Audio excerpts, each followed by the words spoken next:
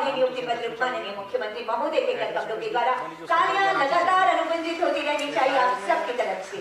माहेश्वरी कुमारी CDPO है, ये CDPO के पद पर इनका चयन नियुक्ति पत्र माननीय मुख्यमंत्री महोदय के कर्तव्यों के द्वारा आपको प्रदान किया जा रहा है।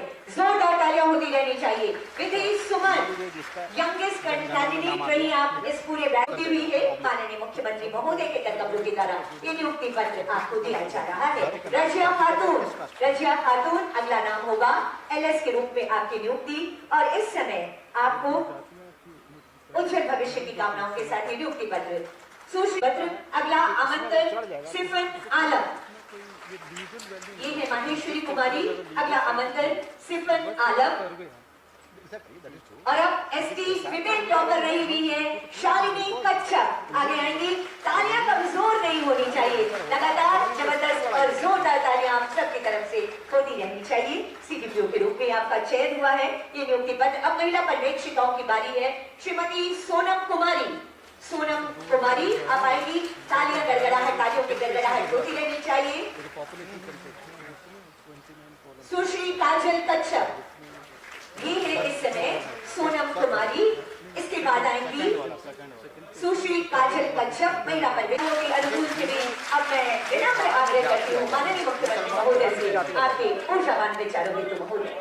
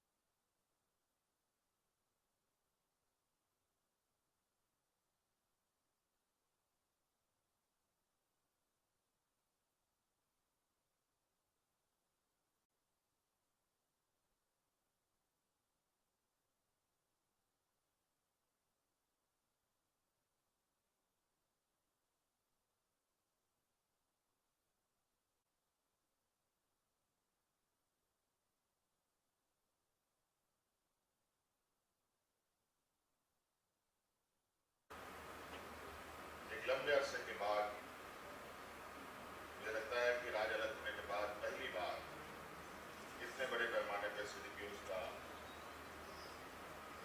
नियुक्ति हो पाया है। और साथ में महिला सुपरवाइजर भी आज नियुक्त हो रहे हैं।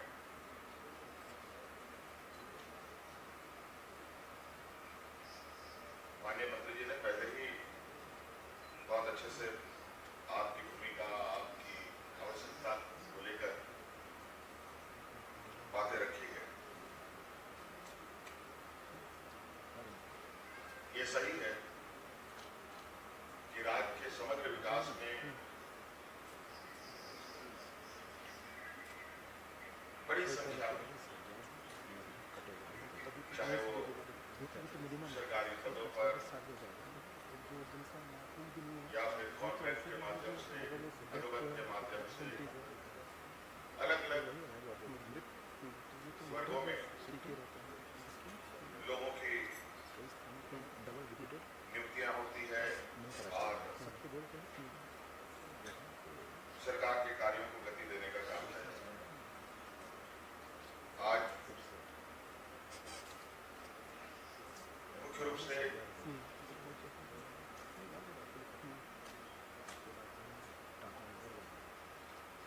महिलाओं के इर्द गिर्द होने वाले विषयों को ध्यान रखने के लिए इतने बड़े पैमाने पर महिलाओं की नियुक्ति हुई है। सुपरवाइजर में तो सभी लगभग महिलाएं हैं। सीडीपीओ में कुछ पुरुष लोगों का भी नियुक्ति हुआ है, लेकिन उसमें भी लगभग 50% से अधिक महिलाओं ने बाजी मारी। और ये खुशी की बात है कि महिलाएं अपने पैरों पर खड़ा होने के साथ साथ सामाजिक दायित्वों का और सरकार के कार्यों को भी एक बड़ी जिम्मेवारी के साथ उठाने के लिए तैयार हैं। आज आप लोगों को नियुक्ति पत्र मिला और एक लंबे समय तक आप सभी का बहुत बड़ी भूमिका झारखंड के शहर से लेकर ग्रामीण क्षेत्रों तक में होनी है। मैं बिल्कुल पूरी तरीके से उम्मीद करता हूं कि जिस आशा उम्मीद के साथ आप जिस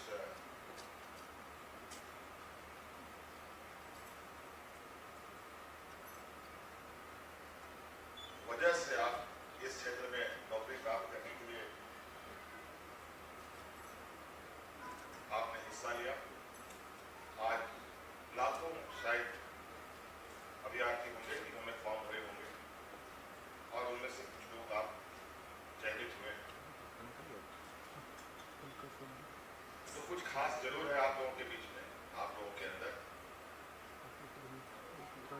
और मैं चाहूंगा तो आपके अंदर जो खास चीजें हैं उसका लाभ राज्य की जनता को मिलेगा, राज्य के लोगों को मिलेगा। और ये एक ऐसी समस्या है कि अगर समय रहते इसका समाधान ना हो तो ये जीवन भर का एक समस्या बन जाता है। महिलाओं में भी कई सारी समस्याएं आती हैं और झारखंड प्रदेश की एक ऐसा प्रदेश जहाँ आदिवासी बहुलराज है, दलित पिछड़े लोग, गरीब किसान लोग सबसे अधिक महिलाओं में बहुत सारी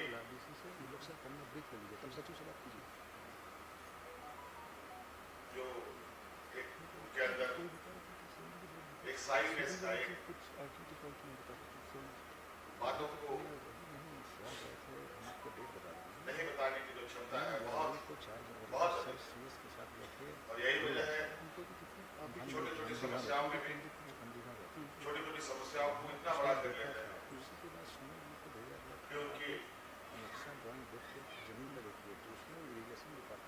जीवन मरण की स्थिति उत्पन्न हो जाती है। आज के दिन में भी गांव देहात में पुराने वही परंपरा झाड़ फूक पौधा ध्वनि का जो एक परंपरा है अभी भी इस भौतिकवादी युग में कायम है। कहीं ना कहीं बौद्धिक विकास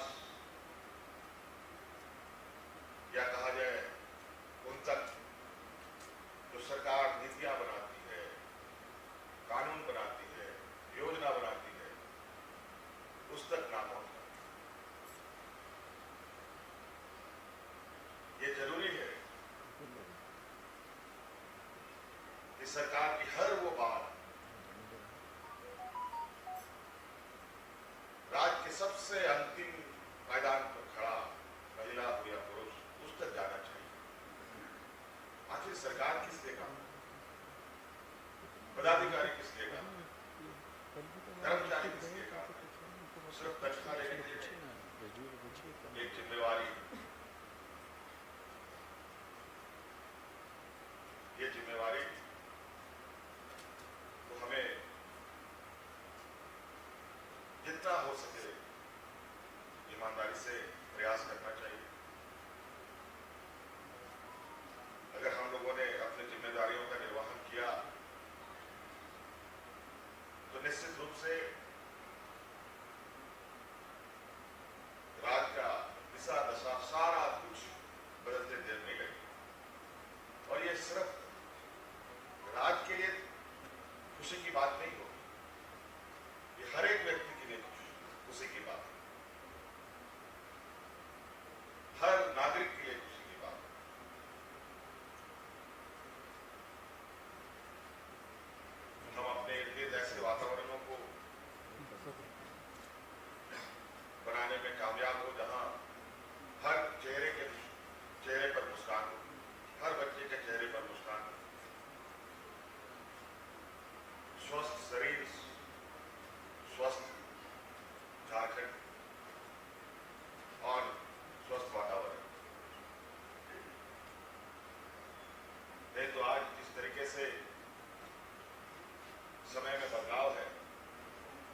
संकुचित होते जा रहे हैं। कौन क्या करता है नहीं करता है पता भी नहीं चलता।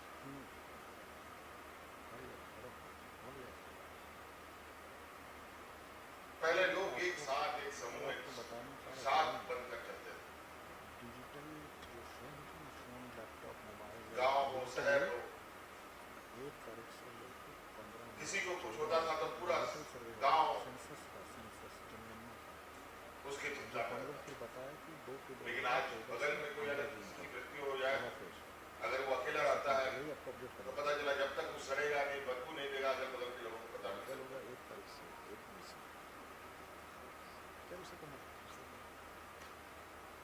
तो ऐसे समाज में रहकर क्या फायदा? मेरा बिल्कुल स्पष्ट मानना है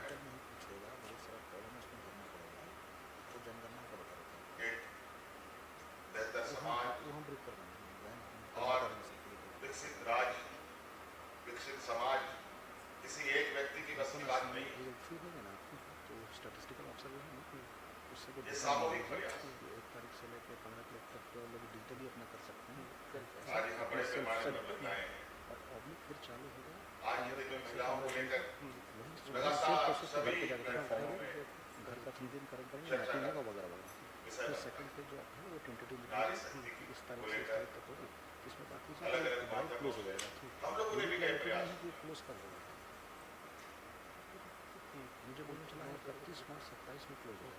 और निश्चित रूप से आप सभी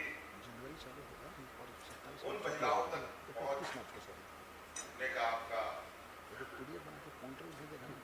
कार्य होगा जिस महिला तक आज तक किसी ने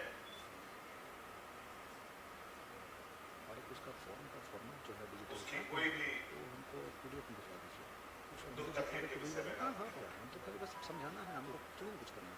आज भी इस राज्य में ऐसे गांव है जहां के गांव के लोगों ने शहर नहीं देखा, अपने गांव के इर्द गिर्द ही उनका जीवन यापन होता है। आज उस जगह तक भी पहुंचने का हमारा उद्देश्य होना चाहिए और आज हमने हर वो प्रयास किया है जहां सरकार की आवाजें, सरकार की योजनाएं, सरकार के पदाधिकारी उन जगहों तक भी जाए जहां लोग रहते हैं। कई ऐसे जगह दुर्गम जगह है जहां सड़क नहीं, पुल नहीं, लेकिन अगर हमारी इच्छा है कि हमको वहां पहुंचना है तो कोई ना कोई रास्ता जरूर निकलेगा और इसके लिए सरकार आपको हर संभव प्रयास करेगी। आज आप लोग देखते होंगे शिक्षकों को, आंगनबाड़ी सेविका, सहायिका की महिलाओं को, सरकार की हर चीज कैसे उस तक पहुंचे। तो कभी उनको कागजों में कार्य योजना बना के भेजा जाता था, लेकिन ये पर्याप्त नहीं होता था। लगातार बदलाव, तो उनको मोबाइल देना शुरू किया, फिर टैबलेट देना शुरू हुआ, नर्सेस को, आंगनबाड़ी सेविका, सहायिका को, जन सहिताओं को। क्यों? वो इसलिए कि सरकार के साथ उसकी जो कनेक्टिविटी है वो हमेशा बने। आम लोगों से अगर हमारा नेटवर्क टूटा या हमारे कर्मचारियों का, हमारे पदाधिकारियों का नेटवर्क टूटा तो समझिए कोई गड़बड़ जरूर। फिर वहां गलत चीजों का एंट्री होता है, फिर वहां पर बहुत सारे गड़बड़ियां देखने को मिलता है, सुनने को मिलता है।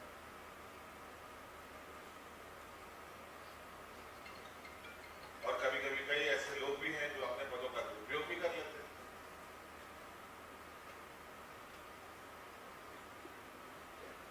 मैं तो विभाग को कहूंगा कि आप पूरे